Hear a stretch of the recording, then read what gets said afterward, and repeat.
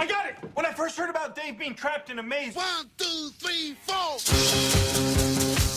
I built a labyrinth. Can you believe it? Dave is trapped in a cardboard maze in his living room and he can't get out. Welcome to Dave Made a Minute, the podcast where a whole bunch of us are exploring the film Dave Made a Maze 1 minute at a time. The twist. Many of the participants have never seen the film. Some don't even know what film they're sampling. They get their minutes and they tackle them as they see fit. Here's your host from the Groundhog Day Project and Michael Myers Minute, Robert Black. Minute 66. Annie cuts her way through the maze and cardboard Brynn reveals her true self. To tackle Minute 66, we have Travis Bow of Watchmen Minute. You come home, there's a giant maze in your living room. You're like, what the? There's a giant maze in my living room. I've heard of people rearranging the furniture, but this is wackadoodle crazy. Give me a sense of that. This doesn't make any sense. Is that a problem? Did you promise to myself? My solution's a problem. It's like a fucking cocktail party in here. If I get a few words from you before you go. Welcome back to Dave Made a Minute. This is Travis Bow from Watchmen Minute and Real Comic Heroes podcast. I am your host for Minute 66, which starts with Gordon lassoing Brynn and ends with the left hand of doom retreating back into the hole from whence it came. So we've got a lot more action in this minute. It kind of goes back and forth between Gordon, Harry, Boom Guy, and the cameraman.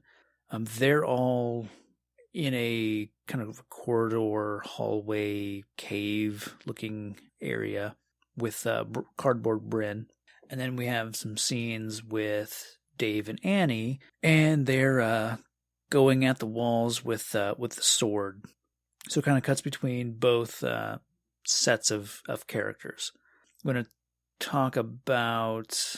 I'll start with Gordon and his bunch. They, like I said, Gordon lassos Brynn, and she kind of struggles against the rope, and it looks like kind of becomes a game of tug of war between Brynn, and then you've got Gordon and Harry at the rope, just kind of trying to keep her kind of in place, I guess. Cardboard, Brynn has her hands are tied because she's this puppet. So eventually her convulsing and fighting against the lasso kind of like maybe causes the rope to come free from both of her hands. And then once that happens, once she's free, we find out that Brynn just kind of explodes and is replaced by this hand. So basically we find out that Brynn is just a goddamn finger puppet. So I think this is meant to show us that this hand has been controlling Brynn the entire time. Like it has been, the hand has taken the form of Brynn, or it's like the hand was controlling Brynn as if she was... Why are you doing this? ...a hand puppet. I don't have a choice. That's how I take it. I'm a puppet. So the universe just sticks its hand up my butt, and if I don't dance, people get hurt. We get to see the maze, capital T, capital M, the maze, is now actively interacting with our heroes, not just using the Minotaur as its herald. Now this hand is here, and it's fighting against Gordon and Harry with the rope that is now just tied around the middle finger. It's a really good mix of like the live action actors, the real hand that is coming up out of the floor. Like I said, blends well with the in the wide shots with the real actors who are struggling to kind of in this tug of war with it. So we've got Gordon and Harry here. They're doing this tug of war with the maze's hand. And I just realized that it's a left hand. And as we know, Dave has lost a left hand. So he lost the hand to the maze. So I don't think that's a coincidence that both hands are left and this hand is now... it's part of the maze. It's we assume that this hand belongs to the ultimate evil that is... He's more machine than at the heart of this thing. Twisted and evil. We've got the boom guy, like I said, and cameraman. They're just these consummate professionals. Like, both of them are still doing their jobs. At first, I thought that it looked weird because the boom guy looks like he's really struggling to do his part. Then I realized that he also has a hand on the rope. So he's holding the boom out one-handed and has his left hand, also on the rope. So really what I'm saying is boom guy here is... impressive. Most impressive. He's like a goddamn hero. He's the Wedge Antilles of this picture. So the last thing we kind of get with Gordon and the boys is they're having this struggle with the hand, and it seems to be affected by actions that Annie and Dave are taking. Because as they progress with their mission, this hand here at the end of the minute, it's going to start to retract back into the hole that it popped out of, and it kind of has this pinkish red lit smoke that is kind of billowing around it, and it just starts to sink back into the hole, and that's where the minute ends. Another thing I really love about the tug of war with the hand, it at a certain point they do this wide shot where they pull back, and it kind of reminds me of an 80s or 90s, video game side scroller, just because it's completely side on, and you get to see both the hand in the shot as well as our live, actors. So I think that's it for Gordon versus the hand. So let's jump back to the beginning of the minute, and we'll take a look at this minute following Dave and Annie. So the first thing we see is the sword blade as it's cutting through cardboard, and then we see Annie, and she's driving this sword, through one of the walls, and then the two of them kind of burst through a wall covered in playing cards. So there's this montage sort of thing with Dave and Annie just driving further through this maze, just cutting through walls. For the record, second 5, they're in the triangle room, seen in minutes 26 and 27. Second 9, they're in the playing card room, seen in minutes 17 and 18. In second 13, there's a reverse shot where they're still in the triangle room, so a little editing mistake there. Second 23, they're at a room with a fish wall that we haven't seen. Second 24, they're at a room with a planet wall that we haven't seen. Second 25, they're at a stretchy wall, which was done by projecting cardboard onto that British High Society drama James Bond silhouette screen that we saw in minutes 41 and 42. Second 31, they're in the cave room, seen in minutes 52 to 54. Oh, and then we see the close-up of Annie stabbing the keyboard box that we saw in minute 18. And once again, I will note, the man on the keyboard box is director Bill Watterson. Second 32, they're in the rectangle room, possibly the room where was the maze within the maze, or another one from earlier. And this is the one that bleeds when Annie stabs it. Then second 38, another shot of rectangles, and then a series of 5 stabs at some sort of nondescript cardboard walls that don't have themes to them. And then second 43, we get a long shot through the cuts, with the far end being the heart of the maze where all the cloth is hanging, and the only recognizable wall is the playing card wall. But it's not actually Dave that's doing any of the cutting. Annie's the one, wielding the sword. I like to think that on a metaphorical level, this is her physically cutting through Dave's bullshit. This whole maze is Dave's, creation. And like I said in my first minute that I was on, the maze is how Dave is coping with his 30s and being an adult. This is Annie's response to that. She's just kind of done with his shit and the fact that he needs to grow up. And so she's just going to cut to the heart of the maze. So there that is. So we get this repetitive use of stabbing through cardboard, and not repetitive in a bad way. I'm sure budget-wise, it was a lot more economical to show the close-ups of the sword going through and slicing, and because you don't really need the actors for that. A lot of the shots are just close-up, so those were probably pickup shots done by maybe shot with a second unit. I'm not sure if they had a second unit on this film. Might have been the principal actors, but it was probably the director and someone else just running the sword through the walls. And I know with some of the interviews that Robert has done at the start of this show, they would talk about their sets and how the fact that they would have to tear them apart, destroy them once they were done. So they had to kind of make use of them as much as they could.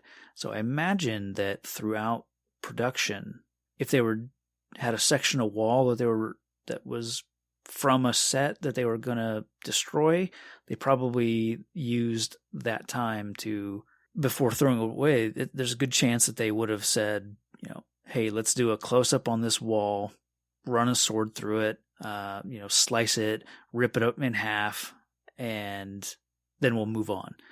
Certainly with a wall like the one we see Dave and Annie split in half, it's covered with the playing cards. They probably didn't make that wall twice. So if we saw it earlier, at the end of the day, they probably filmed, that section of it being destroyed for this scene. So I think, this montage is made up of previous sets that are now being shown one final time. At a certain point, she stabs one section of wall and the wall starts to bleed. I think it's important to note that I think this may be the first time that we've seen real blood. That's not red yarn or confetti. Correction, it's not the first time. In minute 16, Gordon cut his finger, and a single drop of blood was sucked into the cardboard. And it's interesting that it comes from the cardboard. So is it the blood of the real victims that this maze has claimed? I kind of like to think so. So ultimately, Dave and Annie make it to what I believe is the center of the maze. Dave has the chrysalis in his hand, and so they enter this kind of final chamber. It's got a lot of lights strung up. There's some gauzy material, some different types of fabric kind of hanging. Just there's a romantic element to this space. We'll probably think you'll find the purpose of this room maybe next week. So last time I was on, minute 31, started with Annie, and she's in the perspective room. She spends the entire minute, and most of our other characters here also spend that minute, being perplexed by this perspective room and its crazy laws of nature and how it works. And that minute ends with her exclaiming to Dave as he enters, what have you done? And now, an additional 30 minutes into the movie, now they rush in here, and this time she still looks around the room a bit, but the wide-eyed, innocent wonder is completely gone from Annie. Now she's looking around the room with purpose. She's looking for resources, tools, perhaps weapons, that sort of thing. Like, she's given up, or not even given up, but she's unfazed, I guess, by the magic of this place, and she's determined now. So they're in this room, and it does kind of end on a MacGruber vibe. He points to this box and says, "We'll need that box in the center." So she grabs the box and says, "You got it, babe." And it just has this very MacGruber, quality about it. If you're not familiar with MacGruber, it's the SNL skit with Will Forte and Kristen Wiig usually, and usually a guest.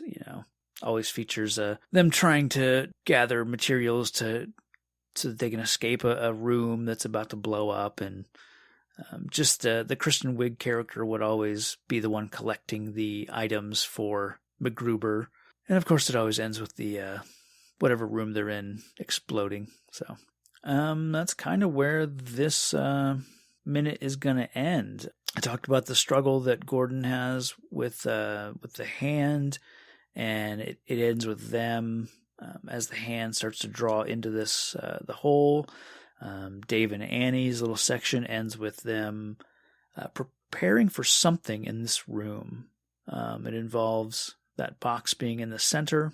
And like I said, I think they are in the center of the maze, so their mission has been to get the chrysalis into the center. So I think they've accomplished that here, and I guess you'll get to see next week what happens with that. So that's all I have for episode 66 of Dave Made a Minute. I have been Travis Bow. You can find me on Twitter at @TravisBow. You can listen to my shows, Real Comic Heroes, where I talk about comic book movies, and you can listen to Watchmen Minute, where I talk about the movie Watchmen 1 minute at a time. Thanks to Robert Black for having us take part in this crazy journey of Dave Made a Maze, and it's been fun going through it minute by minute with all the various hosts, and it's been fun getting to host a few of these. So that is where I will end it, and in the immortal words of Brynn, how about a high five? And then I could probably disarm all the traps, and then we could finish this maze. Who is with me?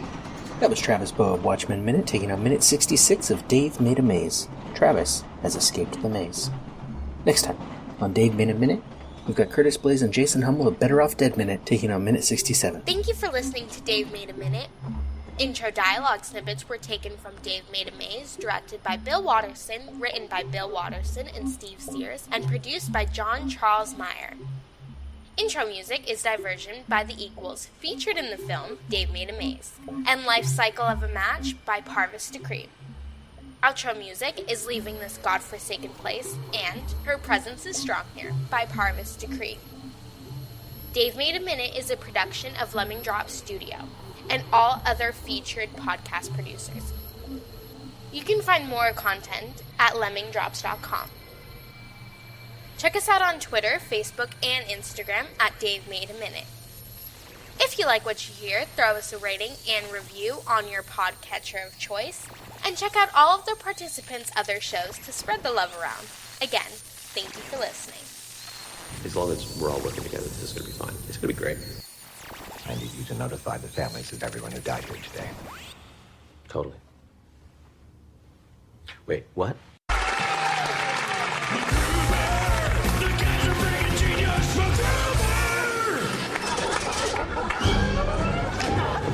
This boat door is welded shut. We've got a doozy on our hands, MacGruber. That's over 10 pounds of C4 explosives. This baby's gonna blow in 3 seconds. We can do this. Jojo, hand me that old bucket filled with bum sperm. No.